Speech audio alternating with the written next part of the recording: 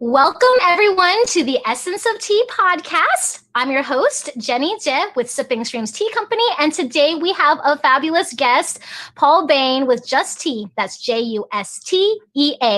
And he's out of Vancouver, BC. And from Canada, they have their company and they work with growers in Kenya, and they specialize in Kenyan teas and also the Kenyan purple tea. So welcome, Paul.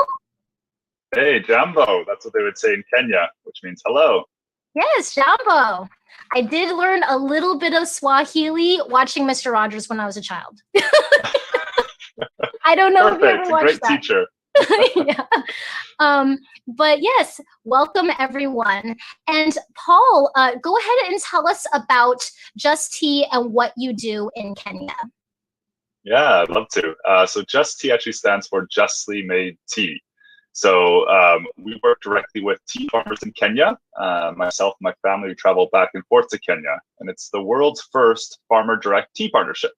So it's fair trade, sustainable employment that we're trying to create for tea farmers and tea pickers on the ground in Kenya. So we're connecting tea drinkers back to the farmer who made that cup of tea possible. And with that shorter, transparent supply chain, the tea drinker gets a fresher cup of tea, and the farmer receives a fair wage. So we've been working with tea farmers since 2012 now. We actually started with 2 crowdfunding campaigns, and it's been quite a journey since then. Lots of exciting developments and also lots of really challenging failures that we've had to overcome. But it's been an adventure, and I'm really fortunate to be working with the incredible tea farmers in Kenya. Yes, and I really loved your presentation at the World Tea Expo. So I met you at the World Tea Expo in 2019. I was a speaker there. Were you also a speaker there too for a core conference? I was a speaker there I was helping out with the Kenyan tea presentation and then also for the purple tea presentation. Yes. So what I find very fascinating is not just that you guys make high quality tea like the White Rhino that won first place. And go ahead, tell us about those awards that you won 2 awards for the White Rhino that we're sending out this month to our university members. So could you explain a little bit about the White Rhino tea this year? Yes, of course. So Kenya is actually not really known. A lot of people don't understand that Kenya even makes tea. It's not really known in the tea industry. But Kenya is the largest exporter of black tea in the world. The 3rd largest producer of tea behind China and India. Then they're the largest exporter of black tea. But 99% of that tea basically is ground up for tea bags. And so we really see a need in the market for some higher quality orthodox tea leaves. So that whole leaf, slowing down that manufacturing process to produce some incredible full leaf teas like a green tea or an oolong or a black or the more untraditional purple and a white tea. And so this white tea, we call it the Kenya White Rhino because it's so rare. Actually, Kenya has the last remaining white rhino.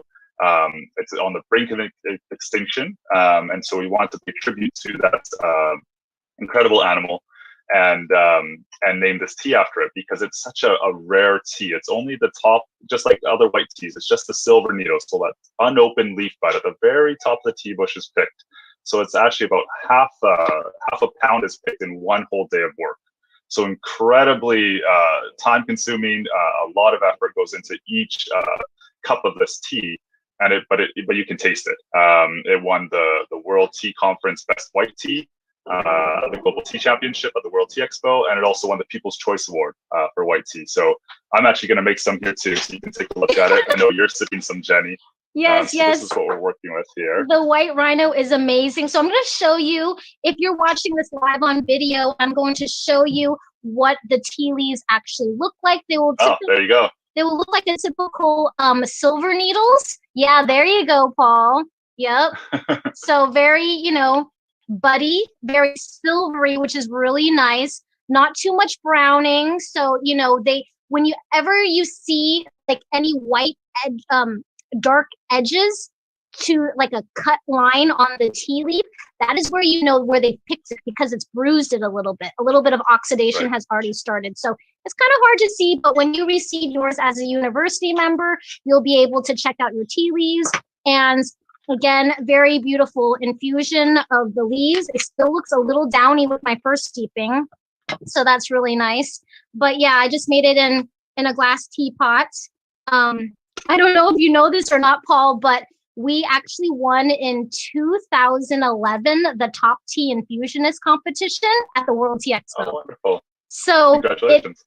I'm not making this white tea in a glass teapot because it's probably better for the white tea versus cast iron or yixing. But I'm mostly doing it so those of you watching on video can actually see the liqueur and how beautiful, but full body looking for white tea. So it's not very pale. It's pale, but it, you know, as long as it's like keeps slightly steeping with like the downiness in there, it will get a little bit darker and darker. You know how like when you have the tea sit there for a while, it starts to get a little bit darker, but it's not super, super pale white kind of color is what I'm saying. So yeah. Mm-hmm. And so this tea, it's as a lot of your listeners probably know, it's very minimally processed. All it is, it's that top unopened bud is picked, and it's just laid out flat to dry underneath that hot African sun throughout the day. So it usually takes about 2 to 3 days to dry it, and then that's it. And then we pack it up. It's very delicate. We just make very small batches at a time. So we actually don't have any more of the tea that you guys are going to be receiving. We'll have a new shipment in the new year. But it's really fun, and it's something that the Kenyan tea farmers like Boaz and Jamila and our team there are really proud of, because it's something that hasn't been seen in Kenya before. So we're really trying to put the Kenyan teas on the map for more specialty varietals and offerings, and also just the story of that farmer who made that cup of tea possible. So could you talk a little bit about the terroir of Kenya? Because it actually is pretty vast, and some of our listeners might not realize that even the different regions in Kenya, like Kenya actually produces a lot of really high quality tea. They don't have to be as harsh and as low grade in a tea bag that you think of. It's just that's what their largest production is because of demand. Because of traditional cultural demand. Same thing with India. So in Kenya, there are absolutely the first Kenyan tea. Oh no, it wasn't from Kenya. Sorry, it was from Malawi that I had. I don't know. Have you had any Malawian teas? I had some, yes. Yeah, I had a white tea from there too.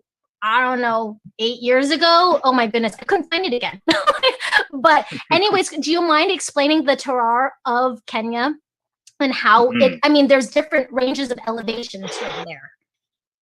Yeah, so Kenya is a very high elevation from the start. So it's you get to the sea level, which is Mombasa, so it is on the coast, and then just climbs all the way up through Mount Kenya, and then the white tea actually comes from Western Kenya, a place called Nandi Hills. And so you're looking at 2,000 meters above sea level, where this white tea is picked. That's about 5,500 feet if you're not Canadian, or if you're from the US. And so it's very high elevation. And then throughout Kenya, you're growing in that really red, dark red, really vibrant volcanic ash soil. So Mount Kenya is a volcano, and so a lot of the ground there is really fertile.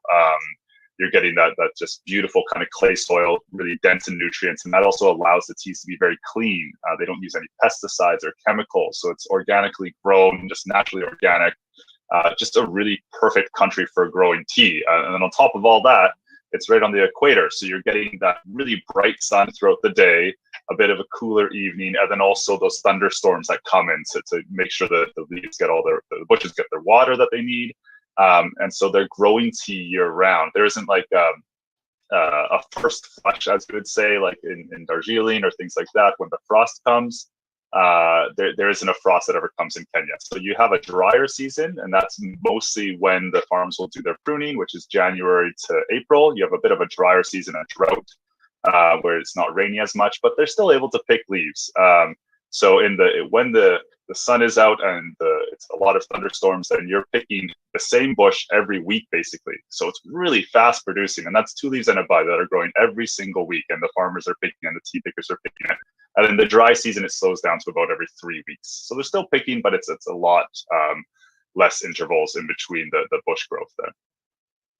Nice. And then, so right now we're drinking a white tea, but then you also have black teas. So I actually took your Nandi Kenyan Gold tea, which we have available online right now. And it won't be in this month's box, but it'll be in the months after for the university members. So you're gonna be able to try a whole spectrum of Paul's teas from Kenya, from Justea.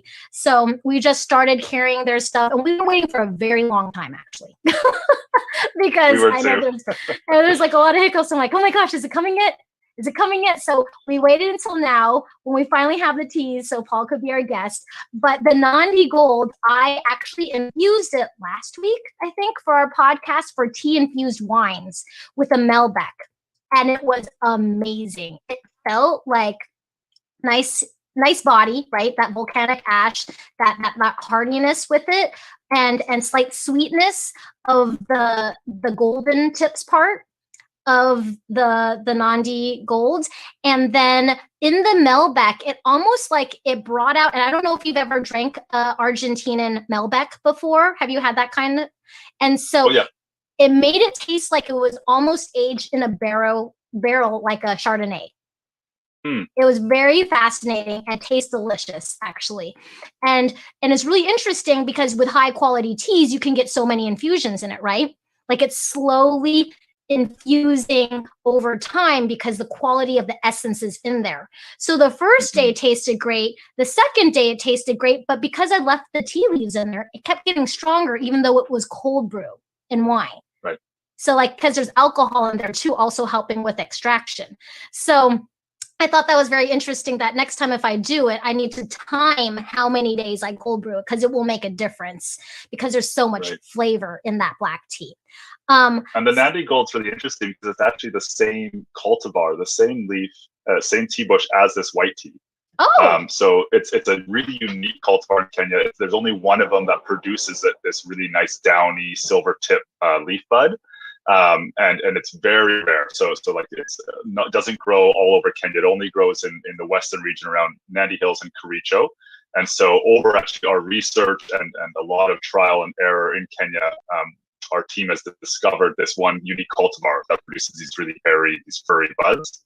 And so it makes this white tea, but then also if you let it oxidize, it produces that Nandi Gold. And so it's such an incredible tea bush, right? Camellia sinensis is so incredible that it can create this delicate white tea and then this really nice malty, robust Nandi Golds with those really nice kind of grape flavors that come through. And then you see the golden tips versus now the silver tips in this white tea. So.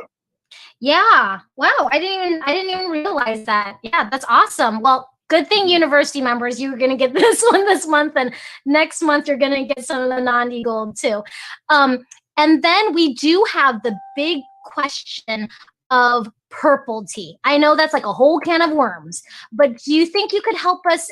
Some people here have never heard of purple tea, and that the tea leaves are actually purple. So if you could explain, like, what is it that, makes the tea leaf purple? How is it its own category? Why is it in its own category technically that's different than a green tea or an oolong tea?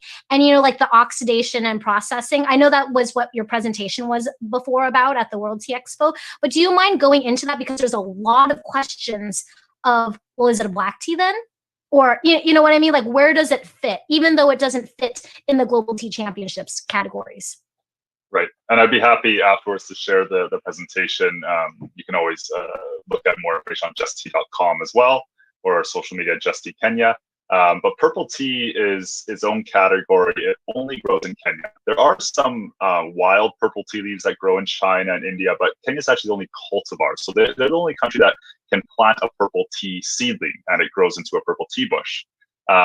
So the really special thing about purple tea and why it's its own category is that you can't make it multiple ways. So we've tried, doing a heavy oxidation like a black tea. We've tried doing medium oxidation like the oolong. We've tried just steaming it like the green tea and just following those traditional methods of making the other tea categories. But purple tea really requires its own processing technique. And so that actually starts from the leaf picking. As I mentioned, Kenya experiences a very dry season from January to April. So actually during those months, the purple tea leaves actually fade back to green. because the purple leaf, that pigmentation, acts as a natural sunscreen, so it deflects UV rays. So as it deflects those UV rays, it turns back to the green color, it loses that purple color. So we only can harvest purple tea from April till December, when it's still raining and when the purple tea leaves are still flushing. Just like other plants in nature that are purple, blueberries, pomegranates, eggplants, it's because of the high antioxidants in the leaf. So it has more antioxidants than green tea. They're called anthocyanin antioxidants, and then less than half caffeine. So from the tea bush, you're picking only the purple tea leaves. The leaves that are further down in the bush, those ones have already started to fade back to green as they mature on the bush. So you're just picking strict top 2 leaves in a bud, or just even 1 leaf in a bud, whatever that purple top part of the tea bush is. And then you bring it back to the factory, and unlike a green tea, you're going to wither it like an oolong or a black. So you'll usually wither it for about 12 hours on the withering bed. So the little fans are blowing, just cool fans blowing the leaves just to soften them. And then with a oolong or a black, typically you would then start to roll it or toss it. But with the purple, you're actually going to now bring it back to like a green tea kind of processing technique and steam it.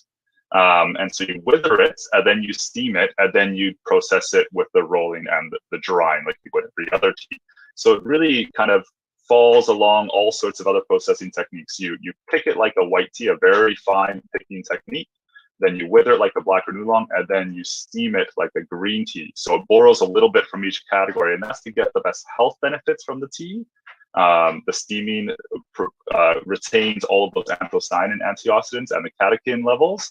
But the withering allows it to mature the flavor. So you get a bit more of that body, like you would find in an oolong or a black, and a bit more of those fruity kind of stone fruit notes, a little bit of the vegetal notes in there. And so it's really its own unique category. So it fits between a green and an oolong, I'd say. It has a bit more of a body like an oolong, but it's still steamed. So it's been de-enzymed like a green tea has. But purple tea only comes from that purple leaf. So right at the beginning, it starts very different. The steaming process. So is steaming typical? Like you're just talking about steam drying, like Japanese steam dry. Is that what you're talking about?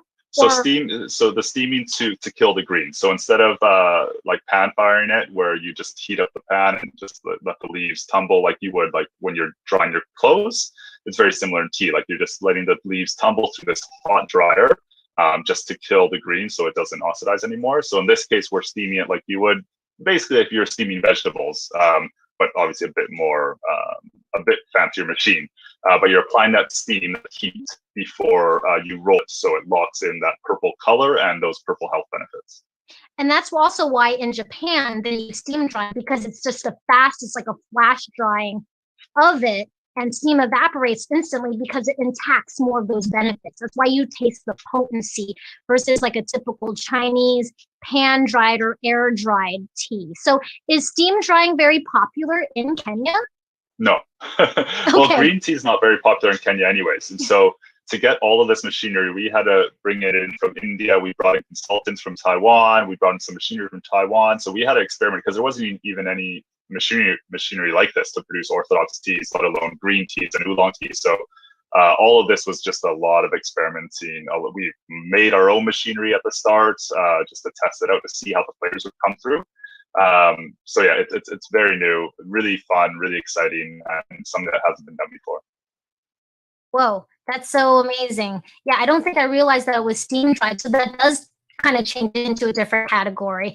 And you're not re-rolling it like an oolong, right? Like you're not rolling it, setting it out, rolling it, setting it out. You're just kind of do the drying, like starting to process it like an oolong, but then go back into the steam drying like a Japanese tea with it. Yeah, so you'd steam it. So yeah, exactly. Like you'd wither it like an oolong or a blackwood, and then you do the steaming, and then it's got its moisture back again, right? So even though it's withered, it's lost some moisture. Now it's got its moisture. So then you'd let it sit until it's ready to roll, and then you roll it, and then you would finish with the final drying to make it down to the 3% moisture that you need to be able to keep it so it retains its flavor and also will not get moldy, if it has too much moisture, and not taste burnt if it has too little moisture.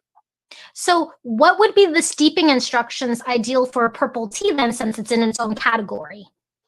Yeah, so I'd steep it more along kind of the green tea range, so 175 degrees, water, and then typically a 2 to 3 minute steep. And then you can do multiple steeps. That's for like a traditional, mug, coffee mug kind of cupping.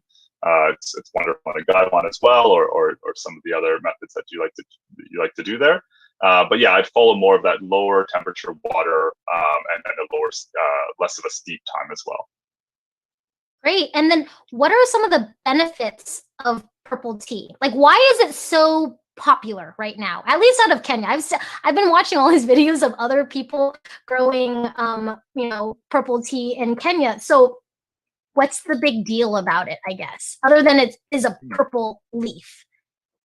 Yeah, so it's in my opinion, it's putting Kenya on the map. It's something that could really speak to the country and the unique terroir that it possesses. So because it's right on the equator, because it gets that high level of sunlight, because of the soil, like it's really going to be the only place that can grow. So even if I think the cultivars could be, someone could sneak them out, which is how tea came to Kenya. It was snuck into Kenya from India originally, the Sinensis samica.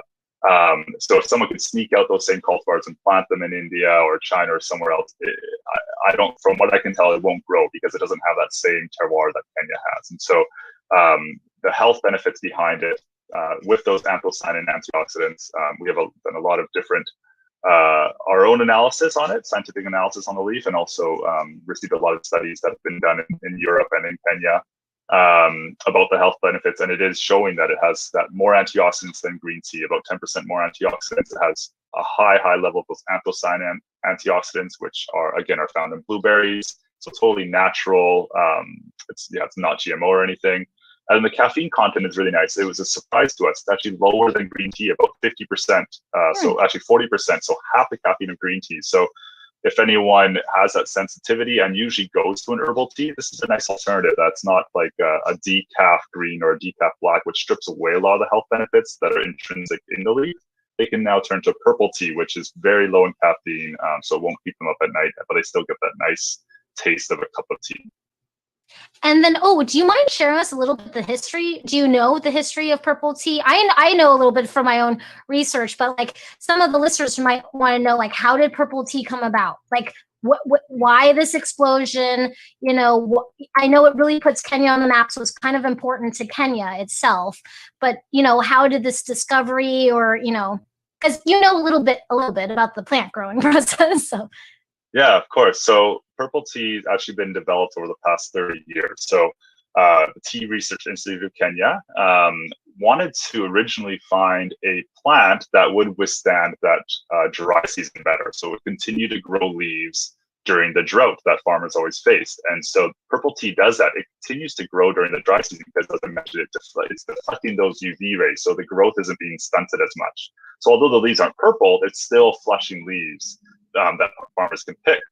And so that's why it was originally why the Tea Research Institute, was trying to originally develop it about 30 years ago. So over these 30 years, so about the late 1970s, 1980s, they were cutting and grafting with tea's cousin called Camellia irwadiensis. So you can see it again on Justea.com, the spelling, but it's Camellia irwadiensis, which is another camellia plant, but it flushes purple tea leaves. And so over those years, over those decades, they were able to pull that purple pigment, that anthocyanin antioxidant, that purple color from the irwadiensis plant into the Sinensis samica. So it's a Camellia Sinensis samica purple variety now. There's one true cultivar from that purple, from that process. And now they've expanded to a few different cultivars that can grow that are purple leaves. And so it's been a long time coming in 2012, 2013, essentially when my first trip was in Kenya, we got to see some of the first purple tea bushes being planted by farmers. So the first cultivars were being planted, and then we got to see them kind of grow up. And typically in Kenya, it's about 3 to 5 years before you can start to harvest. Mm-hmm. And so right when that harvest started happening, we started experimenting with some of the processing techniques and trying to figure out how we can make this tea palatable and healthy and something exciting for the world market. So. Awesome. Well, Paul, that was a lot of information. So where can they find you again? Where can they find you on social media, your websites, all those places? Yeah, so it's justea.com, www.justea.com. Justea Kenya is our Instagram, Facebook, all of those social media. So Justea Kenya, all one word. You can always reach out to me directly. My email is paul@justea.com. Happy to connect and talk to you anytime.